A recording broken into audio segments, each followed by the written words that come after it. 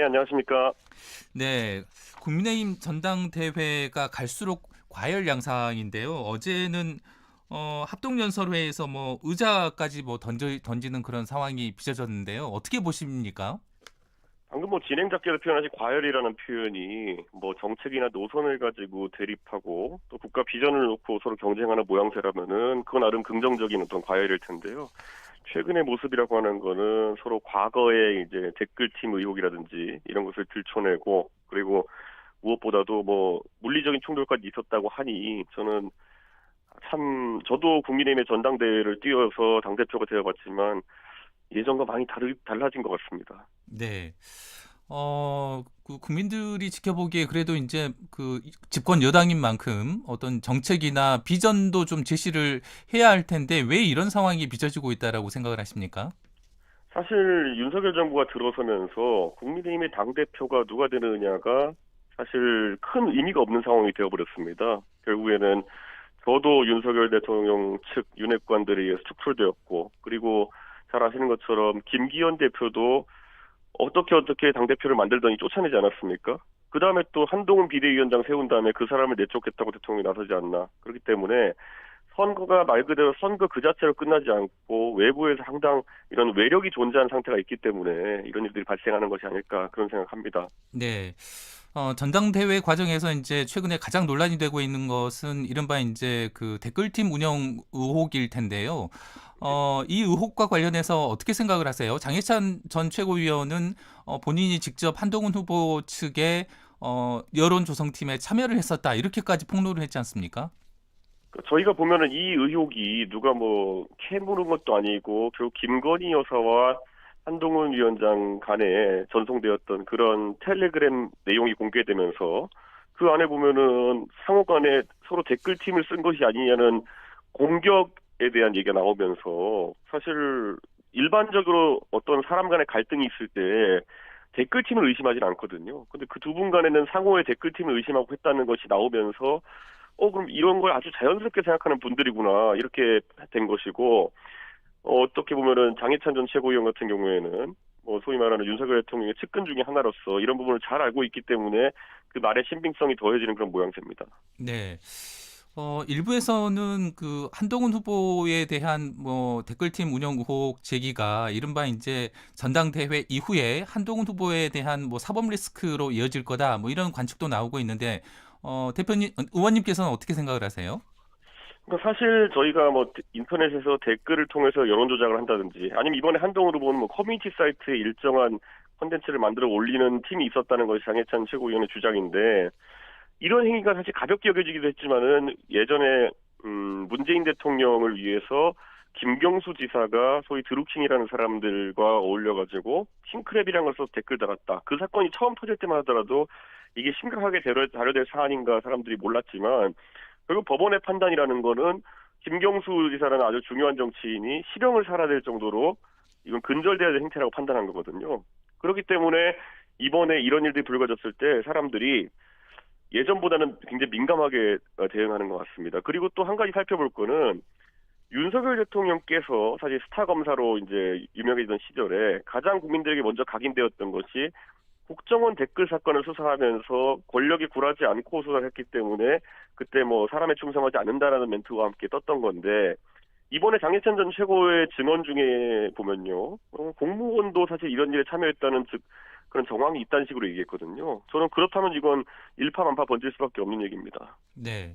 당장 이제 민주당 등 야권에서는 뭐 특검 얘기까지 지금 꺼내고 있는데요. 이 의혹이 어디까지 좀 그 이어질 거라고 좀 예측을 하십니까? 저는 우선은 뭐 장해찬 전 최고위원이 가장 구체적인 이야기를 하고 있고 그리고 의혹의 실체를 알고 있는 것 같으니 장해찬 전 최고위원이 어느 정도로 대외적으로 공개할지가 우선 관건일 것 같습니다. 왜냐하면 이런 작업 같은 경우에는 굉장히 내밀하게 되는 경우도 있고 뭐 점조직 형태로 운영되기도 하기 때문에 이걸 뭐 단순히 지금 정도의 의혹이 나왔다고 가지고 수사 의뢰를 하거나 이럴 수는 또 없는 상황이거든요. 그래서 저는 장희찬 전 최고위원의 증언 수위에 따라 가지고 진행 양상이 많이 달라질 것 같습니다. 네. 국민의힘 그 전 대표를 지내셨으니까 이 댓글팀 운영 의혹 실체가 있을 가능성이 그 크다고 보십니까? 그러니까 이번에도 보면은 아까 말씀드렸던 것처럼 텔레그램 메신저 대화 속에 댓글팀이라는 세 글자가 일반적인 사람이 보기엔 굉장히 이상한 용어이기 때문에 이게 부각된 거 아니겠습니까? 그래서 저도 제가 뭐 여권의 관계자들과 과거에 대화하고 이런 과정 속에서 그냥 들었을 때 반사적으로 이상한데 이런 느낌이 드는 지점들이 좀 있었던 겁니다. 그래서 저는 아마 이번에 그런 일반적인 대화에서 갑자기 댓글팀이 태어난 것처럼 저도 일반적인 대화에서 그런 지점 몇 번 경험했던 겁니다. 네. 이렇게 이제 국민의힘 전당대회에 이제 당권을 놓고 주자들 간의 경쟁이 지금 치열한데요. 결과는 뭐 본선까지 갈 거라고 생각을 하십니까? 결선까지 갈 거라고 생각하십니까? 아니면 그냥 한 번에 그냥 끝날 거라고 생각을 하십니까? 저는 지금 시점에서 우선 결선을 안 가는 쪽으로 결과가 나올 가능성이 높다고 보지만은 지금 한 선거 투표일 아마 토요일부터 시작되는 걸 알고 있는데 그 전까지 어느 정도 추가적인 어떤 폭로나 이런 게 이어질 경우 뭐 변화가 있을 수 있다 이렇게 보고요. 저는 이번에 사실 뭐 세 분의 후보, 네 분의 후보가 나와 있지만 세 분의 후보는 사실 좀 비슷비슷해 보이거든요. 그러니까 전부 다 공교롭게도 지금 대통령께서도 그리고 또 현재 비대위원장인 하무영 위원장도 그렇고 나와 있는 세 분의 후보 한동훈, 원희룡 그다음에 나경원 후보 셋 다 서울대 법대 출신이거든요. 그래서 노선의 큰 차이나 아니면 비전의 큰 차이가 보이지 않아요. 그래가지고 저는 전당대회가 어떻게 진행될지 좀 궁금하긴 합니다, 앞으로. 네. 여의도 정치권에서는 이른바 이제 김옥균 프로젝트라는 말이 이제 회자되고 있는데요. 예. 이게 지금 뭐 실제로 가능할 거라고 보십니까? 어떻게 보세요? 저는 이게 뭐 공작에 의한 뭐 이런 변화가 일어나는 건 말이 안 된다고 생각하고요. 예를 들어 그런데 이런 건 있습니다. 한동훈 위원장이 지금 우세한 것처럼 보이지만은 결국 윤석열 대통령과의 어떤 갈등 상황 속에서 조금 부각되고 있는 건데 그럼 이렇게 되는 겁니다. 윤석열 대통령과의 노선 차별화를 제대로 할 것이냐. 제대로 해가지고 지금 당장 10월 달에 기초단체장 몇 군데 보궐선거가 예정돼 있습니다. 그럼 그 보궐선거에서 이제 전당대회 끝나고 나면 8월, 9월 시간 동안 당을 바꿔가지고 보궐선거에 승리하느냐. 만약 그렇게 하지 못한다면은 또다시 당이 내용에 빠지겠죠. 그러니까 저는 소위 김옥균이라고 얘기하는 것처럼 갑신정변 때 3일짜리 뭐 이렇게 천하 이런 것보다는 10월까지 가서 10월이 분기점이 되게 높다 이렇게 생각합니다. 네. 최혜병 사망 이제 일주기를 맞아서 야권에서는 뭐 대통령의 거부권 행사가 이어지면 상설 특검도 검토할 수 있다. 뭐 이런 이제 움직임이 나오고 있는데요. 의원님께서는 이런 부분 어떻게 보세요? 저는 상설특검이라는 것이 법제화돼 있지만 실제로 활용은 되지 않는 상황인데 상설특검 제도를 설계한 사람들도 지금과 같은 상황 속에서 민주당이나 범야권이 190석에 달하는 의석을 가진 상황에서 상설특검이 활용되는 것은 상상도 하지 않았을 겁니다. 그러니까 무슨 말이냐면 이게 상설특검이 이렇게 실제로 많이 가동되게 되면은 검찰청이 여러 개 있는 거나 마찬가지가 되는 거거든요. 그렇기 때문에 상설특검에 대한 부분도 실제 가동되기 전에 우리가 제도적으로 한번 정비를 해야 될 필요는 있다 이런 생각입니다. 예, 해병대원 특검법이라든지 뭐 방송 3법이라든지 국회를 이제 통과하지만 대통령이 거부권을 행사하는 상황이 이제 되풀이되고 있는데요. 예. 이 상황 언제까지 이렇게 계속 이어질 거라고 생각을 하세요? 저는 대통령께서 사실 정책적인 면에 대해서 거부권을 사용하시는 거는 뭐 그거는 따져볼 필요가 있다 생각하지만은 본인과 관계된 여러 가지 수사에 대해 가지고 또는 본인의 가족이 포함된 여러 수사에 대해 가지고 거부권 쓰시는 거는 굉장히 안 좋은 전례가 없었던 그런 일이다 이렇게 생각하거든요. 예전에 생각해보시면 아까 제가 드루킹 특검 얘기했지만은 김경수 지사가 문재인 대통령의 최측근 중 하나였음에도 불구하고 그런 특검을 시작했을 때 문재인 대통령이 거부권을 쓰지 않았거든요. 그리고 잘 아시는 것처럼 박근혜 대통령도 본인이 결국 탄핵에 이르게 된 그 수사에 대해 가지고 거부권을 사용하지 않았거든요. 저는 이거는 좀 이상한 상황이다. 결국 특검이라는 것이 특검이라는 것에 대해 가지고 거부권을 쓰는 문화가 생겨버린 것 자체가 굉장히 큰 문제다 이렇게 생각합니다. 네. 상대적으로 이제 민주당의 전당대회는 뭐 국민의힘보다는 조용한 분위기인데요. 이재명 대표의 연임이 확실할 거라고 생각을 하십니까? 저는 뭐 이재명 대표가 중간에 큰 뭐 변곡점이 생기지 않는 한 지금 연임을 할 것이라 생각되고요. 저는 사실 김두관 후보도 나오셔가지고 이제 경쟁을 하겠다고 하셨는데 어느 정도 차별화를 하실 수 있을지가 약간 의문이긴 합니다. 왜냐하면 민주당 당원들의 생각이 거의 한 색깔로 일치되어가는 분위기이기 때문에 김두관 후보도 뭐 개인적으로 자질이야 훌륭하신 분이지만 차별화가 쉽지는 않을 거라 생각합니다. 네.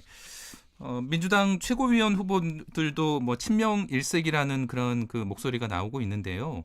예. 이재명 일극 체제로 가는 징검다리이자 이재명 왕국의 완결판이 될 것이라는 이런 목소리도 나오고 있는데 의원님께서는 어떻게 보십니까? 저는 뭐 정당의 지도 체제라는 것이 때로는 단일성에 가깝게 구성될 때도 있고 때로는 다양성이 좀 부각된 형태로 구성될 때도 있는데 지금 민주당 입장에서는 단일성을 띠면서 구성되는 것이 나중에 안 좋은 결과로 나타날 가능성이 높습니다. 왜냐하면 지금 이재명 대표에 대한 소위 사법 리스크라고 하는 것이 존재하는 상황 속에서 이재명 대표와 아주 생각이 일치하고 이재명 대표를 따르는 것처럼 보이는 사람들로 지도부가 구성되면은 정작 그런 일이 벌어졌을 때 국민들에게 대체 카드 내놓을 사람이 없는 거거든요. 저는 그래서 민주당 입장에서 고민이 많을 거라 봅니다. 네. 개혁신당은 오는 24일 당원 투표로 현재 당명을 유지할지 한국의 희망으로 바꿀지 아니면 새로운 다른 당명으로 바꿀지 여부를 결정한다고 하는데요. 좀 말씀해 주시겠습니까? 뭐 당명 변경에 대한 부분은 뭐 당원들의 의사를 물어서 진행하겠다라는 현행 지도부의 생각인 것 같고요. 저는 뭐 이 부분에 있어가지고 개혁신당이라는 당이 지금 총선을 기점으로 창당되어 가지고 지금까지 오고 있는데 이제 인지도를 막 높여가고 있는 상황이다. 그래서 당원들이 당명 변경이 잦은 것에 대해 가지고는 부담을 갖고 있다고 좀 판단하고요. 그래서 한번 투표 결과를 지켜보면서 지도부가 한번 판단할 것 같습니다. 네. 이제 마지막으로 그 최근 이제 그 정치권 상황을 보면 어쨌든 극한 그 대립 양상인데요. 지켜보는 국민들도 아주 그냥 안타깝게 때로는 이제 답답한 마음으로 이제 지켜보고 있는데 의원님께서는 이 정국을 어떻게 풀어야 된다라고 생각을 하세요? 우선 지금 개혁신당 같은 경우에는 큰 틀에서 범야권의 행보에 특검이나 이런 쪽엔 동참하면서도 이번에 민주당에서 뭐 아무데나 탄핵을 남발하고 이런 것에 대해 가지고는 저희가 좀 속도 조절을 하자고 주장하는 편입니다. 그래서 사실 이런 개혁신당의 주장이라는 것이 합리적으로 받아들여진다고 하는 분들이 있는데 다만 저희가 의석수가 부족하기 때문에 국민들이 기대하는 것만큼 그런 견제와 조정자 역할을 해내지 못하고 있는 것 같아서 우선 죄송하다는 말씀드리고 앞으로 좀 더 도와주시면은 저희가 그런 역할을 해가지고 정치가 극한 대비로 가지 않도록 저희가 한번 조율해 보겠습니다.